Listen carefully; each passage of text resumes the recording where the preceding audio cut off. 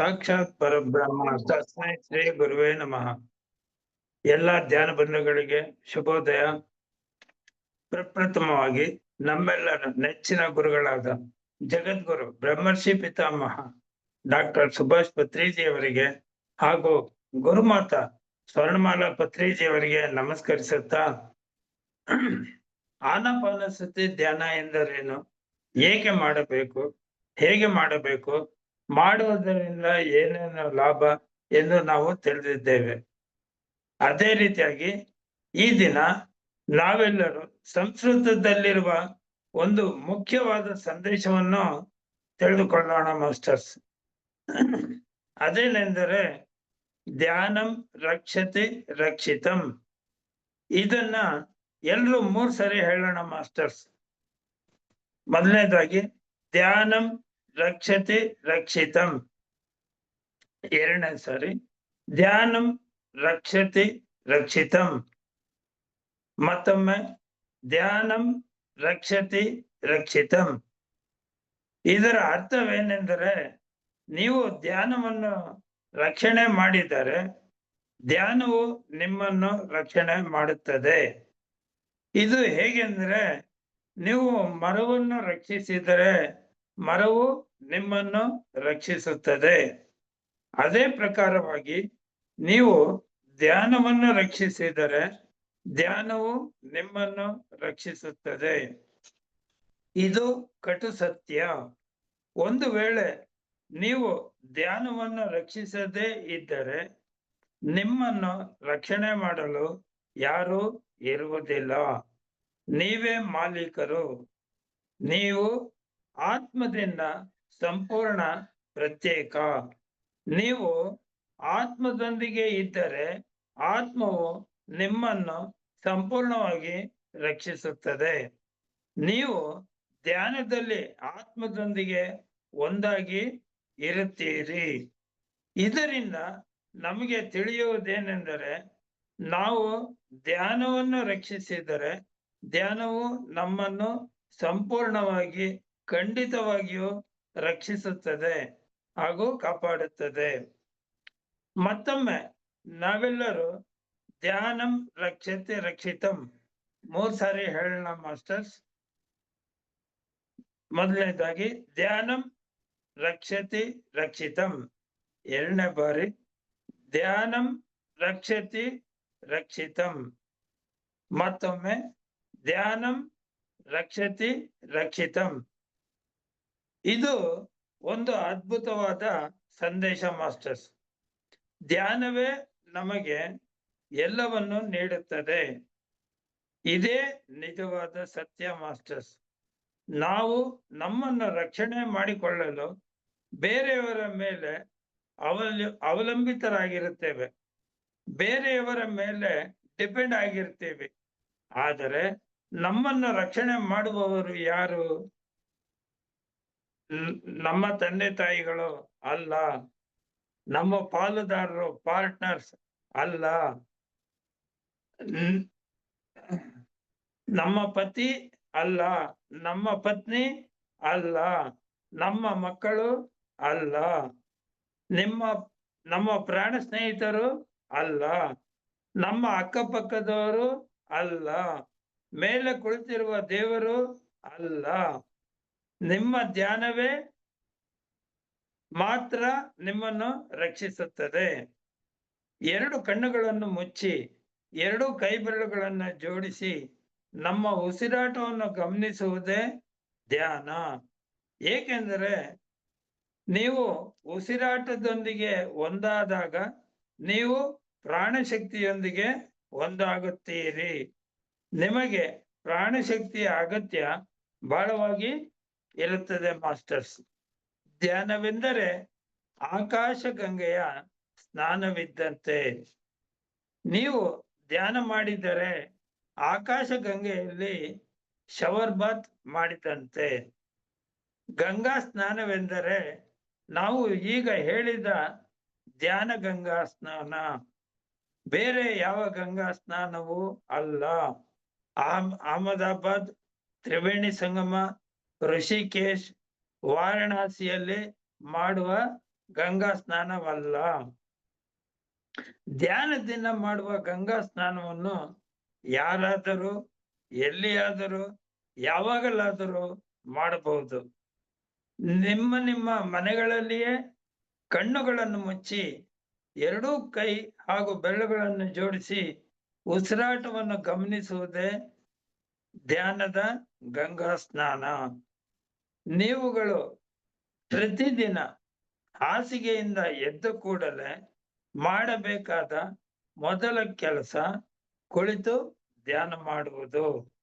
ಕಣ್ಣುಗಳನ್ನು ಮುಚ್ಚಿ ಕೈಗಳನ್ನು ಮತ್ತು ಕೈ ಬೆರಳುಗಳನ್ನು ಜೋಡಿಸಿ ಎರಡೂ ಕಾಲುಗಳನ್ನು ಜೋಡಿಸಿ ಉಸಿರಾಟವನ್ನು ಗಮನಿಸುವುದು. 1 ಗಂಟೆ, 2 ಗಂಟೆ, 3 ಗಂಟೆ ಇದೇ ರೀತಿಯಾಗಿ ಧ್ಯಾನವನ್ನು ಮಾಡಬೇಕು. ಕೆಲಸ ಕಾರ್ಯಗಳಿದ್ದಾಗ ಮಾತ್ರ ಎದ್ದು ಕೆಲಸ ಕಾರ್ಯಗಳನ್ನು ನಿರ್ವಹಿಸಬೇಕು. ಮತ್ತೆ ರಾತ್ರಿ ಮಲಗುವುದಕ್ಕೆ ಮುಂಚೆ ಇದೇ ರೀತಿಯಾಗಿ ಧ್ಯಾನ ತಪ್ಪದೆ ಮಾಡಬೇಕು ಮಾಸ್ಟರ್ಸ್. ಪ್ರತಿದಿನ ಪ್ರತಿಯೊಬ್ಬರು ಎದ್ದ ತಕ್ಷಣ ಹಾಗೂ ಮಲಗುವುದಕ್ಕೆ ಮುಂಚೆ ಇದೇ ರೀತಿಯಾಗಿ ಧ್ಯಾನವನ್ನು ಕಡ್ಡಾಯವಾಗಿ ಮಾಡಲೇಬೇಕು. ನಿಮಗೆ ಏನು ಕೆಲಸ ಕಾರ್ಯಗಳು ಇಲ್ಲದಿದ್ದ ಪಕ್ಷದಲ್ಲಿ ದಿನಪೂರ್ತಿ ಧ್ಯಾನವನ್ನು ಮಾಡಬಹುದು. ಕೆಲಸ ಕಾರ್ಯಗಳು ಇದ್ದಾಗ ಮಾತ್ರ ಕೆಲಸ ಕಾರ್ಯಗಳನ್ನು ಮಾಡಬೇಕು. ಕೆಲಸ ಕಾರ್ಯಗಳು ಇಲ್ಲದೆ ಇದ್ದಾಗ ದಿನಪೂರ್ತಿ ಧ್ಯಾನ ಮಾಡಬಹುದು. ಪದೇ ಪದೇ ಕುಳಿತು ಕುಳಿತು ಸಿಟ್ ಸಿಟ್ ಸಿಟ್ ಅಂಡ್ ಸಿಟ್ ಮೌನ ಧ್ಯಾನ ಮಾಡುವುದನ್ನು ನಾವು ಅಭ್ಯಾಸ ಮಾಡಬೇಕು. ಕೆಲಸ ಕಾರ್ಯಗಳನ್ನು ಮಾಡಬೇಕಾದರೆ ಎದ್ದು ನಿಲ್ಲಬೇಕು. ಧ್ಯಾನ ಮಾಡಬೇಕಾದರೆ ಕುಳಿತು ಧ್ಯಾನ ಮಾಡಬೇಕು. ಹೆಚ್ಚು ಸಮಯ ಕುಳಿತು ಧ್ಯಾನ ಮಾಡುವುದರಿಂದ ಹೆಚ್ಚು ಸಮಯ ನಿಂತು ನಾವು ಕೆಲಸ ಕಾರ್ಯಗಳನ್ನು ಮಾಡಬಹುದು ಮಾಸ್ಟರ್ಸ್. ಪ್ರತಿಯೊಬ್ಬರು ಪ್ರತಿದಿನ ಬೆಳಿಗ್ಗೆ ಎದ್ದ ಕೂಡಲೇ ಹಾಗೂ ರಾತ್ರಿ ಮಲಗುವುದಕ್ಕೆ ಮುಂಚೆ ಧ್ಯಾನವನ್ನು ತಪ್ಪದೆ ಮಾಡಲೇಬೇಕು ಮಾಸ್ಟರ್ಸ್. ನೆಕ್ಸ್ಟ್, ಯೋಗ ಕರ್ಮಶು ಕೌಶಲಂ. ಯೋಗ ಮಾಡುವುದರಿಂದ ಕೆಲಸ ಕಾರ್ಯಗಳಲ್ಲಿ ನೈಪುಣ್ಯತೆ ಬರುತ್ತದೆ ಮಾಸ್ಟರ್ಸ್. ಯೋಗಿ ಭವ ಈ ಮಾತನ್ನು ಶ್ರೀಕೃಷ್ಣನು ಭಗವದ್ಗೀತೆಯಲ್ಲಿ ಹೇಳಿರುತ್ತಾನೆ. ಅಲ್ಲದೆ ಎಲ್ಲರಿಗೂ ಕೊಟ್ಟಿರುವ ಚುಚ್ಚುಮದ್ದು ಇಂಜೆಕ್ಷನ್ ಮಾಸ್ಟರ್ಸ್. ಯೋಗವೆಂದರೆ ಧ್ಯಾನ ಮಾಡುತ್ತಾ ಉಸಿರಾಟದೊಂದಿಗೆ ಇರುವುದು ಮಾಸ್ಟರ್ಸ್. ಜ್ಞಾನಾಗ್ನಿ ದಗ್ಧ ಕರ್ಮಾಣ. ನಮ್ಮ ಮೂಗು ಒಂದು ಪಿರಮಿಡ್. ಗುರುವು ಪಿರಮಿಡ್ ನಲ್ಲೇ ಇರುತ್ತಾರೆ. ಪಿರಮಿಡ್ ಒಳಗೆ ಬಹಳ ಬೆಂಕಿ ಇರುತ್ತದೆ ಮಾಸ್ಟರ್. ನಾವು ಧ್ಯಾನ ಮಾಡುತ್ತಾ ಉಸಿರಾಟದೊಂದಿಗೆ ಇದ್ದಾಗ ನಮ್ಮ ಎಲ್ಲಾ ಕರ್ಮಗಳನ್ನು ಈ ಬೆಂಕಿ ಸುಟ್ಟು ಹಾಕುತ್ತದೆ ಮಾಸ್ಟರ್ಸ್. ನಾವು ಸಾಕಷ್ಟು ಕೆಟ್ಟ ಕರ್ಮಗಳನ್ನು ಮಾಡಿರುತ್ತೇವೆ. ಆ ಎಲ್ಲಾ ಕರ್ಮಗಳನ್ನು ಈ ಮೂಲಕ ಕಳೆದುಕೊಳ್ಳುತ್ತೇವೆ ಮಾಸ್ಟರ್ಸ್. ಏಕೆಂದರೆ ನಾವು ಸಾಕಷ್ಟು ಪ್ರಾಣಿ ಪಕ್ಷಿಗಳನ್ನು ಕೊಂದಿರುತ್ತೇವೆ ಹಾಗೂ ಮರಗಿಡಗಳನ್ನು ಸಹ ಕತ್ತರಿಸಿರುತ್ತೇವೆ ಅಥವಾ ಮುರಿದಿರುತ್ತೇವೆ. ನಾವು ಹಿಂದಿನ ಜನ್ಮಗಳ ಎಲ್ಲಾ ಕರ್ಮಗಳನ್ನು ಸಹ ಈ ಮನುಷ್ಯ ಜನ್ಮದಲ್ಲೇ ಕಳೆದುಕೊಳ್ಳಬೇಕು ಮಾಸ್ಟರ್ಸ್. ಎಲ್ಲಾ ಕೆಟ್ಟ ಕರ್ಮಗಳನ್ನು ಈ ಬೆಂಕಿಯಿಂದಲೇ ಸುಟ್ಟು ಹಾಕಬೇಕು. ನೀವು ಎಲ್ಲಾ ಕರ್ಮಗಳನ್ನು ಕಳೆದುಕೊಂಡ ಕೂಡಲೇ ಕರ್ಮ ವಿಮೋಚನೆಯಾಗಿ ಹಾರಾಡುವ ಪಕ್ಷಿಯಂತೆ ಆಗುತ್ತೀರಿ ಮಾಸ್ಟರ್ಸ್. ಏಕೆಂದರೆ ಎಲ್ಲಾ ಕೆಟ್ಟ ಕರ್ಮಗಳನ್ನು ಮೂರ್ಖತನದಿಂದ ಅಜ್ಞಾನದಿಂದ ಮಾಡಿರ್ತೀವಿ. ಎಲ್ಲಾ ಸತ್ಕರ್ಮಗಳನ್ನು ಶ್ರೇಷ್ಠ ಭಾವದಿಂದ ಮಾಡಿರುತ್ತೀವಿ. ಇದಕ್ಕೆಲ್ಲ ನಮ್ಮದೇ ಆಯ್ಕೆ. ನಮ್ಮ ಆಯ್ಕೆ ಸಹ ಮುಖ್ಯ ಕಾರಣ. ಏಕೆಂದರೆ ನಾವು ಆಯ್ಕೆಯಿಂದಲೇ ಮಾಂಸಾಹಾರವನ್ನು ಸೇವಿಸುತ್ತೇವೆ. ಆಯ್ಕೆಯಿಂದಲೇ ಸಸ್ಯಾಹಾರವನ್ನು ಸಹ ಸೇವಿಸುತ್ತೇವೆ. Our own selection masters. ಹೌದಾ ಅಲ್ವೋ? ಪ್ರತಿಯೊಂದಕ್ಕೂ ನಮ್ಮದೇ ಆಯ್ಕೆ. ಪಿರಮಿಡ್ ಒಳಗೆ ಕುಳಿತು ಸಾಮೂಹಿಕ ಧ್ಯಾನ ಮಾಡುವುದು ಸಹ ನಮ್ಮದೇ ಆಯ್ಕೆ. ನೀವು ಇಲ್ಲಿಗೆ ಬರಬೇಕು ಅಂದುಕೊಂಡಿರಲಿಲ್ಲ, ಆದರೂ ಬಂದಿದ್ದೀರಿ. ಆದ್ದರಿಂದಲೇ ನಿಮಗೆ ಈ ಧ್ಯಾನದ ಮತ್ತು ಪಿರಮಿಡ್ನ ಮಹತ್ವ ತಿಳಿಯಿತು, ಎಷ್ಟೆಂಬುದು ತಿಳಿಯಿತು.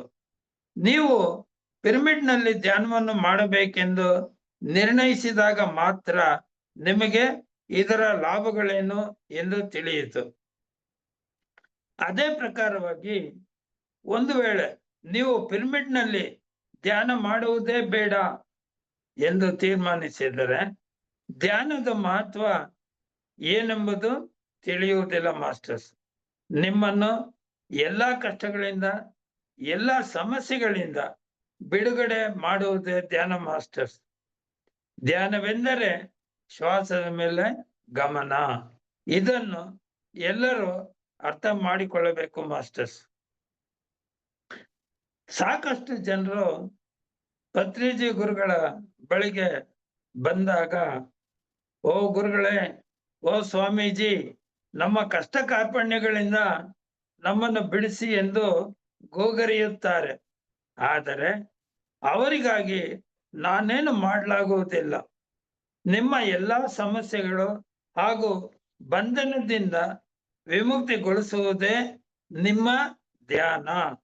ನೀವು ಮಾತ್ರ ನಿಮಗೋಸ್ಕರ ಏನು ಬೇಕಾದರೂ ನೀವೇ ಮಾಡಿಕೊಳ್ಳಬಹುದು.